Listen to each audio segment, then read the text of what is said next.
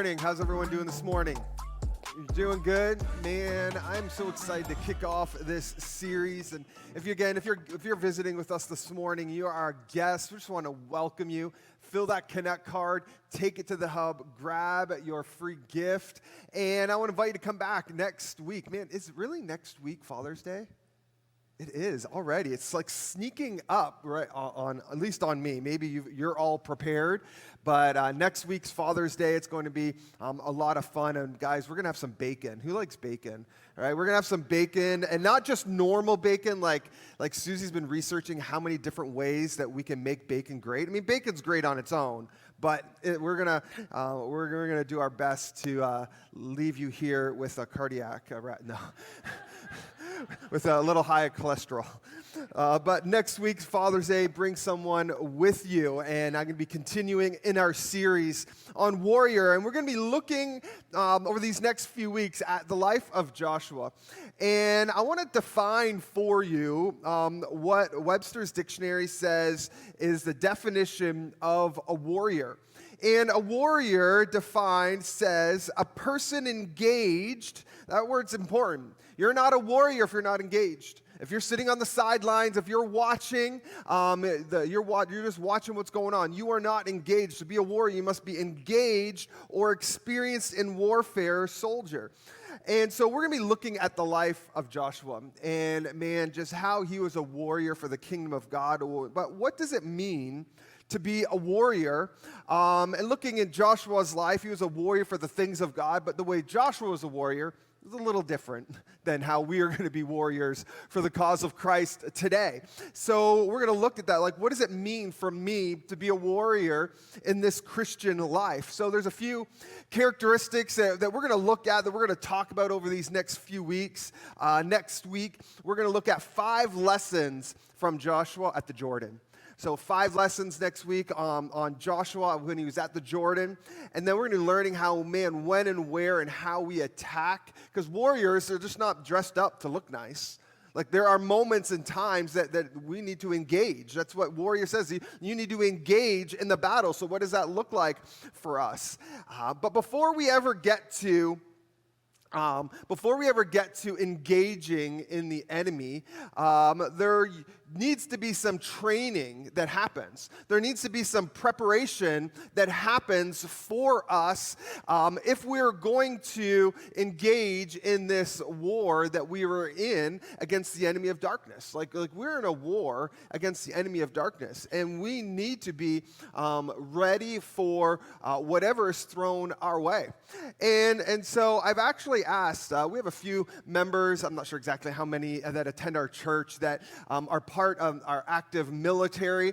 And I was thinking to myself with this message, man, where you get prepared and trained is boot camp, right? You're going to the military, you're going to the armed forces, you are going to go to boot camp, right? Who's been to boot camp before? Raise your hand if you, man, so we have several people. Chris, if you want to come on up. I've asked Chris Brown, who serves in the Air Force, active duty, and can we give Chris a hand as he comes on up?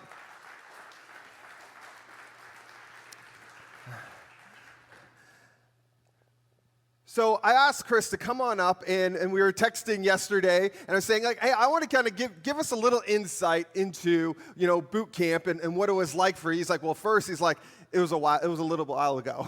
So he's like, I got to refresh my memory of what boot camp was for you then, which I'm sure is much different even now for, people that are wanting to go into the military. But first and foremost, what would you describe as, like, what is the purpose of boot camp for, our military? There are people that want to be in the military to go to. What's the purpose? Well, each branch is obviously different. The lengths of boot camp are different. The tactics of boot camp are different. But overall, the purpose of it is to prepare the military and people who have never been in the military before for emotional, physically, and just to get them prepared for the chaos they're about to go into. When you exit the plane at the airport and you're going to a terminal where the military waiting for you at, you are immediately exhumed into chaos, which is what war is. It's chaos, right? So you have all these military members, TIs that we call them. They are screaming at you with directions, what to do. And there's not just one, there's multiple of them. and they tell you where to go. Get on the bus. When you get on the bus, they're still screaming at you and telling you what to do. And you're trying to consume all this information, and it's overriding all of your, what you're thinking, what to do, how to do it. When you get to the base, you get off the bus, they're screaming at you again, telling you what to do, how to get there. The entire process is nerve-wracking. It's taking over all your emotions. When you get to the base the next day, they shave your hair, make you all bald. You all look the same. But yeah, it's really a preparation to make you think how to do it. But the beauty of it is that you have men and women from all walks of life, all different, nationalities, beliefs, everything, and they bring you into a room together, not to make you fight one another, but to make you become as a team, to work together. Because in war, it's not just one person that wins the war; it's the team that wins the war. And so they bring you together as a group, as a unit, as individuals, and your strength and my strength are different. Our abilities are different. And so they bring you together, and those strengths and those assets that you have come together to create one mighty force. Wow. So, well, that's interesting. I didn't even know that boot camp was different lengths for different branches. That's interesting. So, for you, if you can remember, what was physically like the hardest part for you about boot camp? That's not hard at all. No. I came in late in life. I joined at 27 years old and turned 28 while I was in military basic training. Okay. So, for me, it was the running aspect. I had gained a little bit of weight since high school. It's a little intimidating going in at 27, 28, and you're running with a bunch of 18-year-olds and 19-year-olds. So I had to begin preparation. A good recruiter will tell you things to start working on: push-ups, sit-ups, running, your cardio. So I began to run 6 months before I joined, and I lost 40 pounds. Yeah. Wow. So running was a big asset in trying to figure out what to do. But yeah, because you run for an hour a day. Geez. 6 days a week, so it's kind of intense. So now, what would you say is something that you learned from boot camp? One thing I mainly learned from boot camp was the amazing fact that you have men and women of this country, this great country, who not just love our country, but they love you. They didn't get told to join, they wanted to join. Yeah. And they serve you to protect you, to keep you safe. And that's their goal, that's their ambition, that's their joy. Wow, that's awesome. Amen. Can we give all of our military a hand? In this last question, do you think that boot camp is necessary for our soldiers? Absolutely. Absolutely. It's the foundational structure of your military bearing, your military guidance, and it gives you the raw tools to go forth in your military career to advance forward. So yes. Awesome. Thank you very much. Can we give Chris a hand? Thank you so much, Chris. And for all of our armed forces who serve, as Chris said, to keep us safe, who love our country and to love you. And man, as I was preparing this message, this is the title of my message, is Boot Camp.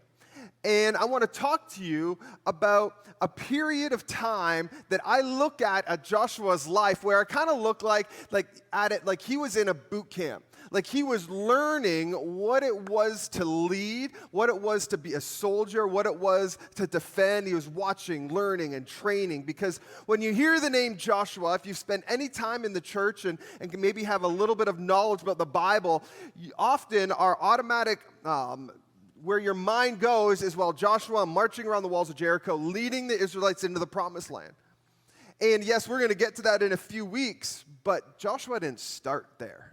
Like he didn't start leading the Israelites. No, he had to be trained, he had to be prepared, he had to watch, he had to learn.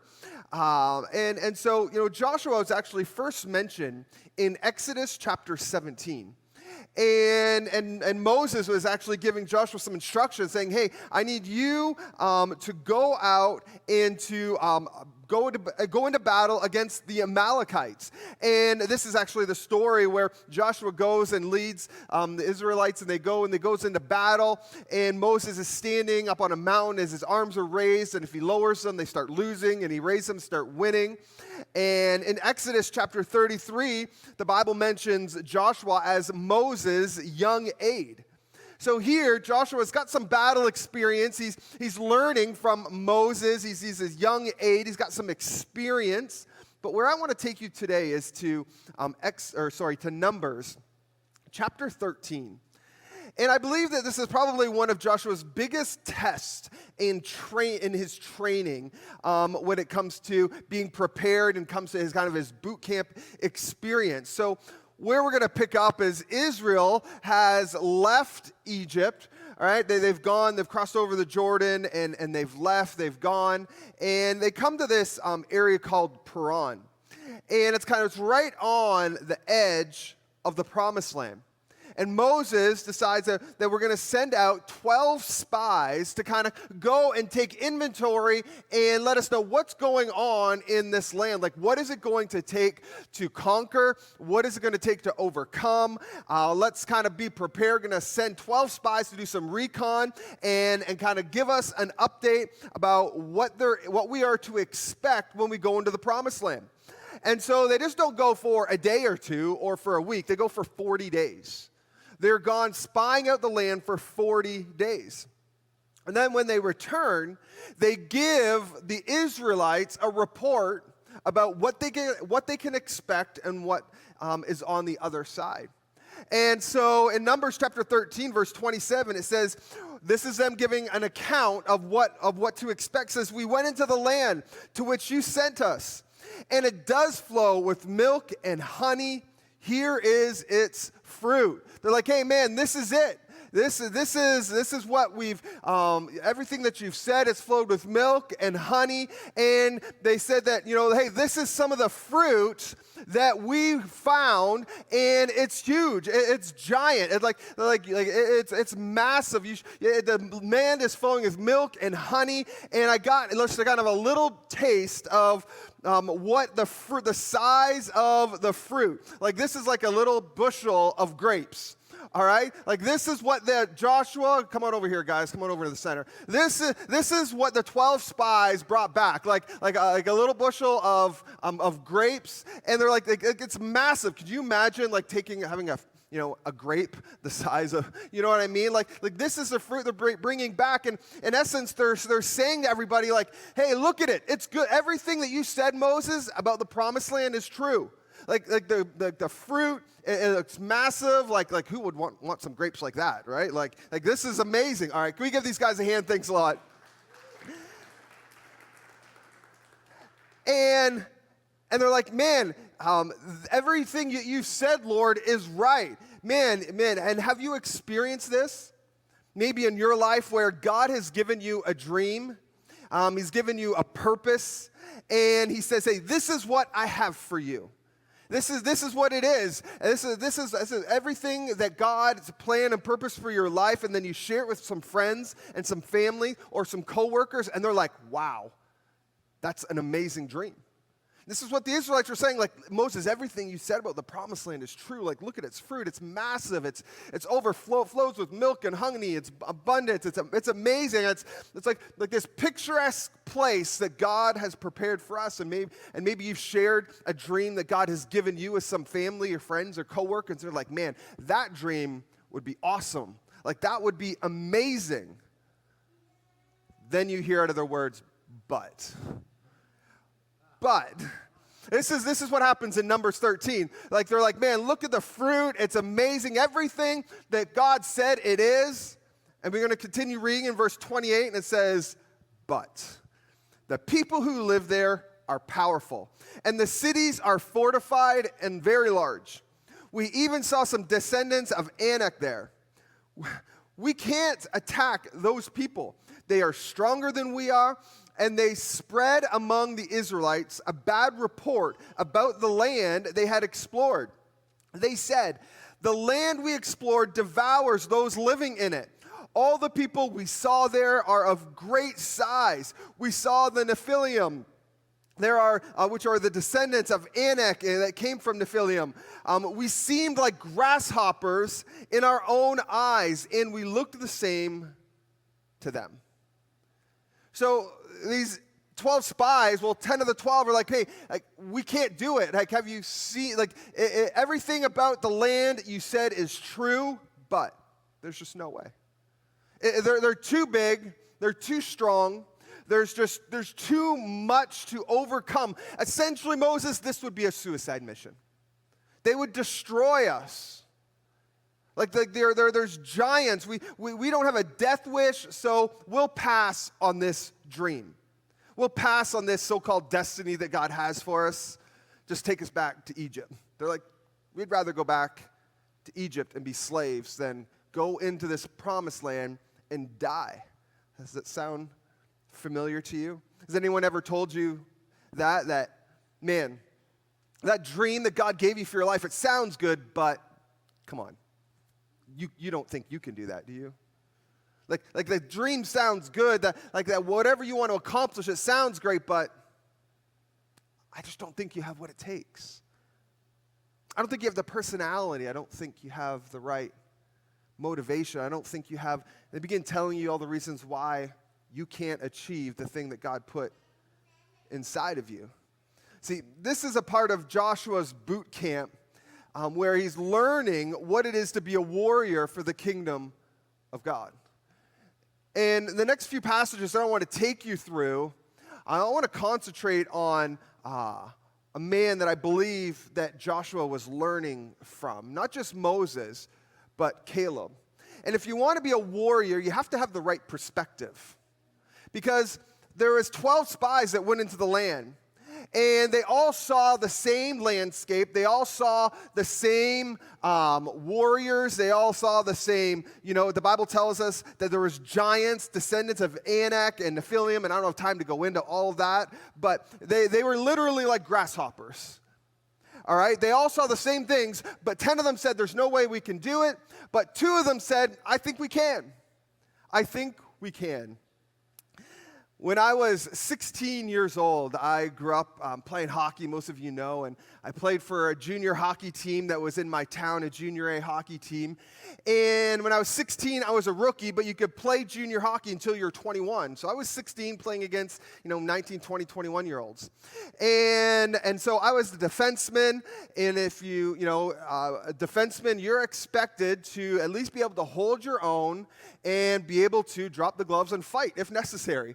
And so I was a rookie, and I wasn't scoring lots of goals or anything like that. So I was like, man, I need to make sure that I established myself, and if I wanted to get drafted into the major, junior, and OHL and even have a chance at any kind of career, and I need to make sure that all the scouts know that I can handle myself. So I fought quite a bit my rookie year when I was 16, and I won some, lost some, but we were in the playoffs against a really great team. They were actually ranked second or third in the entire country of Canada.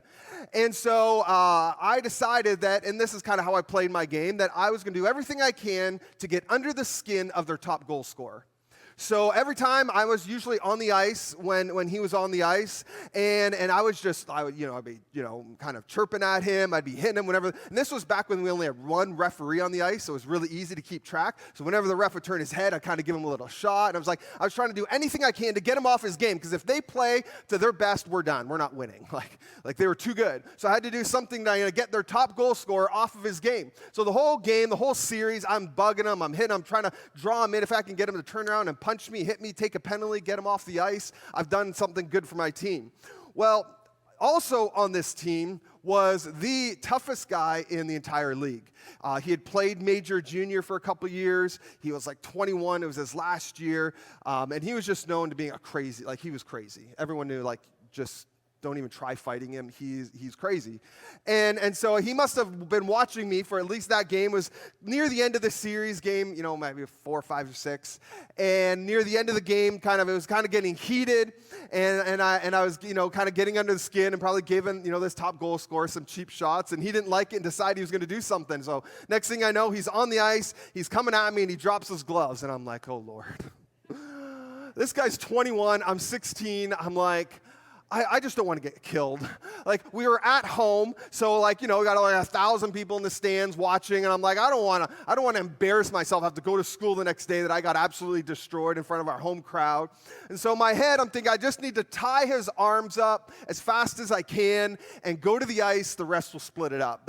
That's my plan. Like if I can just get a draw, then I've won. If I can get a draw with this guy, and so I drop my gloves and I'm trying to, and he's just so strong, and I'm trying to grab onto him, and he throws me to the ground. I'm like, uh-oh. Well, at least he's not standing me up. Well, I have a helmet on, and what he does, he rips I had a visor on at the time because we had to, and so he rips my helmet off, and I'm like, uh-oh.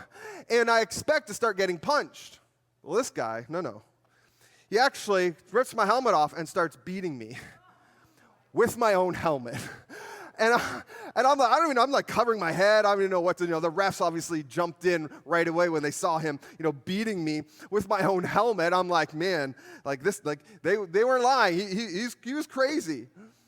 And this is what I look at the 10 spies. They're like, we don't want to get killed out there. We don't want to get embarrassed. Like, we don't want to die. Like we don't want those, giants to kind of just begin beating on us and kill us and wipe us off the map. They're like, it's just too much. Moses, let's just go back to Egypt. Sure, we were slaves, but man, at least we'll live. At least we'll be alive. They're looking at, hey, yeah, these cities, they're fortified, they're large, they're too big, but these two boys. Now, most of the spies that would have went into the land would have been anywhere from the ages of, 14 to 18 years old. And so you have these 12 spies and that go into the land, but two of them say, I love what we were going to read verse 30. And this is what I want to talk about, how Joshua was learning from Caleb. And in verse 30, it says this: Then Caleb silenced the people before Moses and said, we should go up and take possession of the land, for we can certainly do it. I mean, Caleb, they saw the same giants, he saw the same fortified cities, but Caleb's perspective was, we can do it. We can take it. Our God is greater. Our God is stronger. It's God for us, then who can be against us? Caleb's like, hey, we can go up and we can take this city. The same God that parted the Red Sea for us, remember, will give us this land. See, what is your perspective today? What's your perspective on your future? What is it that you're facing that seems maybe insurmountable? And in fact, that's what everybody's telling you. Like, hey, you can't overcome that. You'll never be able to accomplish that. Is there a situation in your life that you need to change your perspective and recognize that if God is for me, who could be against me? See, if you want to be a warrior for the kingdom of God, man, you're going to have to change your perspective. But also, you're going to have some passion. You need to have some passion about what God is calling you to. See, Caleb was passionate about what God was calling the Israelites, where he was leading them. This was the promised land. This is what he'd given to them, decades ago. This is where he led Abraham to. Like this is it. This was for the Israelites. He says we should go up and take possession of the land, for we could certainly do it. This was Caleb's attempt to kind of a last rally cry to kind of change the mood of the crowd, because all of Israel was listening to the 10 spies being like, yeah, I think they're right. We can't do it.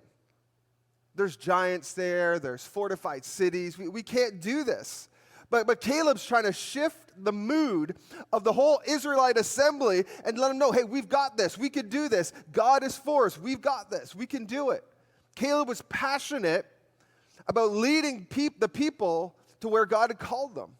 And this is the thing about passion, is sometimes when you hear the word passion, you think, well, I'm not an extrovert, and so I'm not a loud person. And here's the thing, is passion is not a volume level. It's not an extroverted personality. Passion is a way of life. And are you passionate about the things of God? About prayer, about reading your Bible, about worship? Are you passionate about getting as close to God as you possibly can in this life? Are you passionate about your marriage? Are you passionate about your family? Passion isn't a volume level or a personality type. It's something that God has put on the inside of you.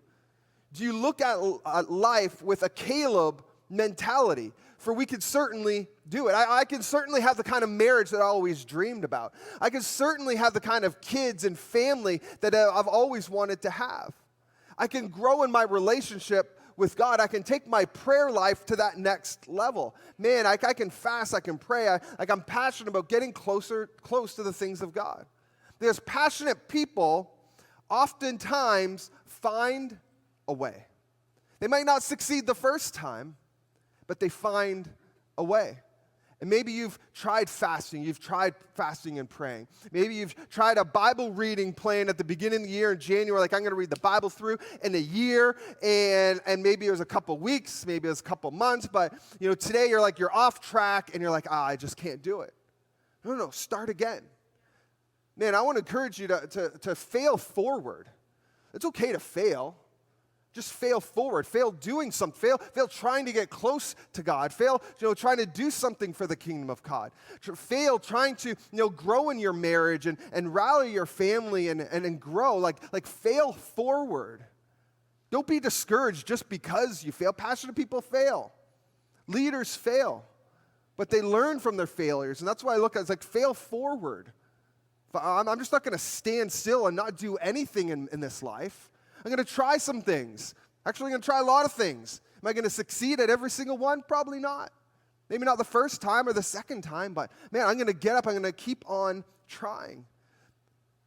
Maybe you've failed at that Bible reading program or that prayer and fasting we did at the beginning of the year, and you tried it, and a couple days in or whenever it is, halfway through, you kind of got off course. Like, don't allow those things. Don't allow the enemy to use your failures to keep you from trying again. Get up and try again. Because if you want to be a warrior for the cause of Christ, you're going to have some passion for the things of God. A yes can attitude like Caleb. Like, yes, we can certainly go up and take that city. Well, I want to jump to Numbers chapter 14, the next chapter. I want to read verses 5 to 10. Says, then Moses and Aaron fell face down in front of the whole assembly gathered there. Joshua, son of Nun, and Caleb, son of Jephunneh, who were among those who had explored the land, tore their clothes and said to the entire Israelite assembly, the land we passed through and explored is exceedingly good. Like they're trying to a last-ditch effort to change their minds. They're like, it is good. If the Lord is pleased with us, he will lead us into that land, a land flowing with milk and honey, and will give it to us. Only do not rebel against the Lord, and do not be afraid of the people of the land, because we will devour them, Caleb says. Like we're going to do it. We're going to overcome them. We're going to devour them. Their protection is gone, but the Lord is with us. Do not be afraid of them. It's like, don't be afraid. We've got this. The Lord is on our side. This is where he is leading us. It's this last rally cry. We can do it. Come on. This is where God has led us. He didn't lead us out of Egypt, across the Red Sea, to leave us high and dry now. We've got the 10 Commandments, we got water out of a rock, we got manna, like all the miracles that God is performing. You think he's going to lead us into a suicide mission? Think he's going to lead us just to be killed off? No. God's got us. In verse 10, though, this is where it gets real. Verse 10, it says, but the whole assembly talked about stoning them. Talked about stoning them. I mean, if you want to be a warrior for the cause of Christ, you're going to have to be persistent. And in moments and times when you feel like giving up, when it feels like there's more against you than is for you, when you do what is right, when you do what is godly, when you take a stand, and in return, instead of getting a pat on the back, they want to stone you. Instead of getting a, attaboy, good job. Good job, Joshua and Caleb. That was quite the speech, Caleb. All right, you're right. Let's go and take the land. No. Caleb was doing everything right, everything godly. They're like, actually, let's stone them. man, you're going to have to learn to be persistent in this life. See, Joshua was learning from Caleb what it was going to take to eventually lead the Israelites. He was learning from Caleb. He was watching Caleb. And he was in the middle of this boot camp of learning, of being trained. And here it is that people want to stone him. He was learning firsthand what it was going to be the leader of Israel. But if you want to make a difference, you want to take ground for the cause of Christ, you want to walk in the favor and the blessing of the Lord, you're going to have to be persistent, and there's going to be people that won't like it. There's going to be people that are going to come in opposition against you.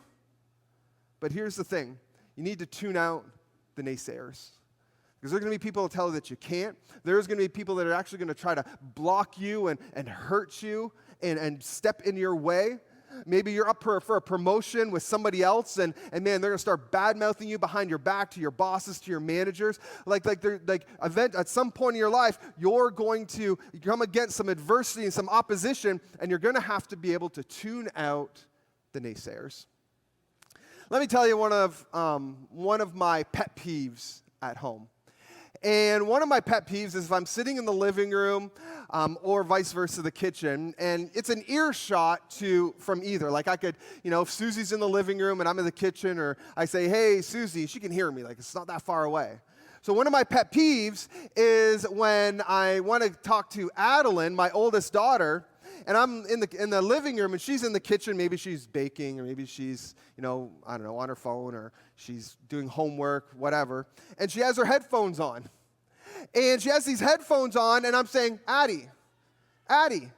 And I finally get up and look, and she's got her headphones on. I'm like, I can't hear. What she's doing, she's tuning the world out, but I don't know that, and it drives me nuts. I'm like, I don't care if you have your headphones on, just let me know. I don't want to be sitting there saying, Addie, like I'm wondering if you're ever going to respond, but she's tuning the world out and concentrating on what she's doing. There's going to be moments and times in your life where you're going to have to tune the world out.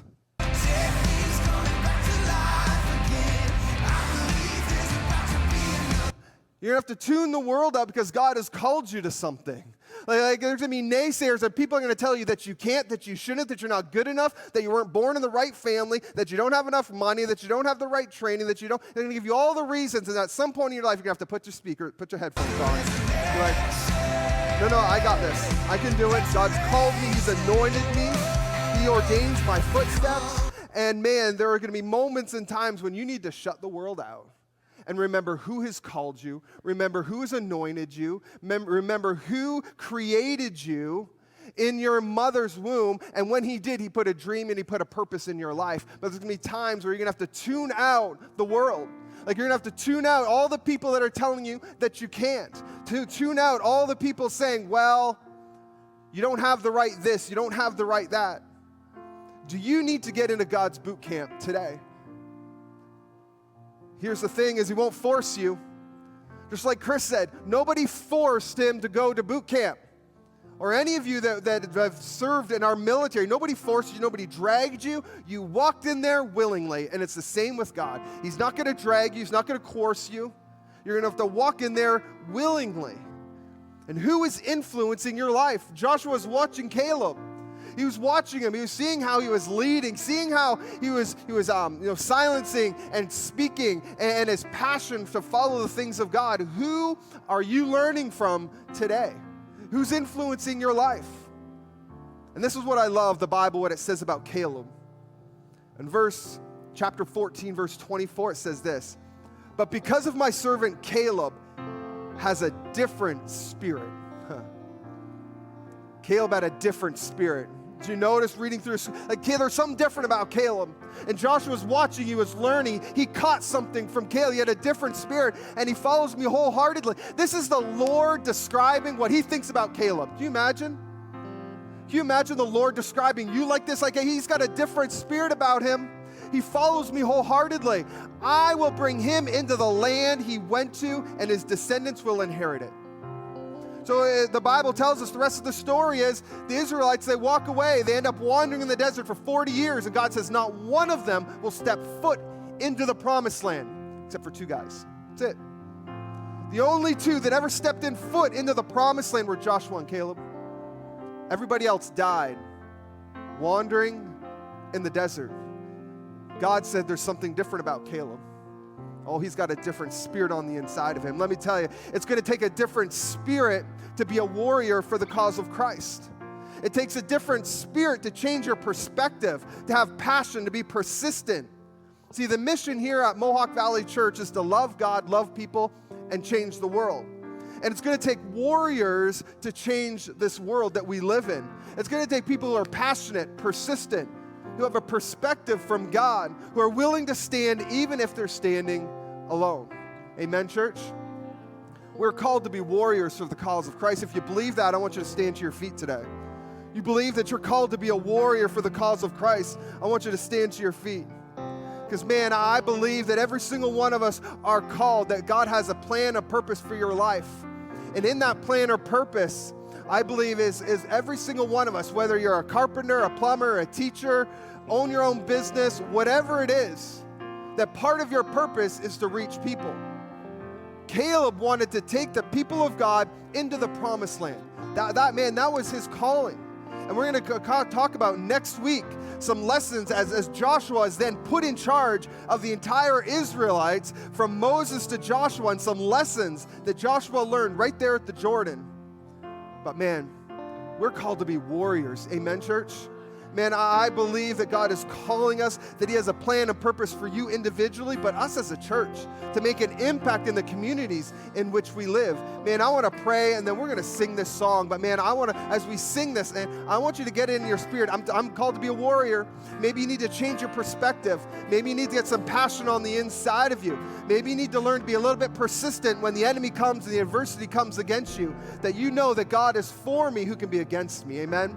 Heavenly Father, I thank you, Lord, for today and who you are. God, what you've called us to. I pray, Lord, that you would just lead us, guide us, Lord. We are called to be soldiers and warriors for the cause of Christ. Lord, use us to impact this world, I pray. In Jesus' name, amen. Come on, let's sing this together.